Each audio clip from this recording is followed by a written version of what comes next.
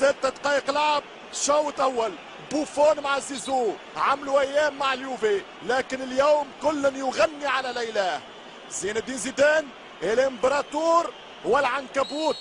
بوفون، زيزو، زيدان والهدف، لا يضيع الهدف. هدف ثم الهدف سيونو 1-0 من زين الدين زيدان. كورة رايح، هدف اكيد زيزو في المرمى، مستحق لفرنسا، مؤكد لفرنسا. شوف داخل المرمى 1 الامبراطور 0 ايطاليا.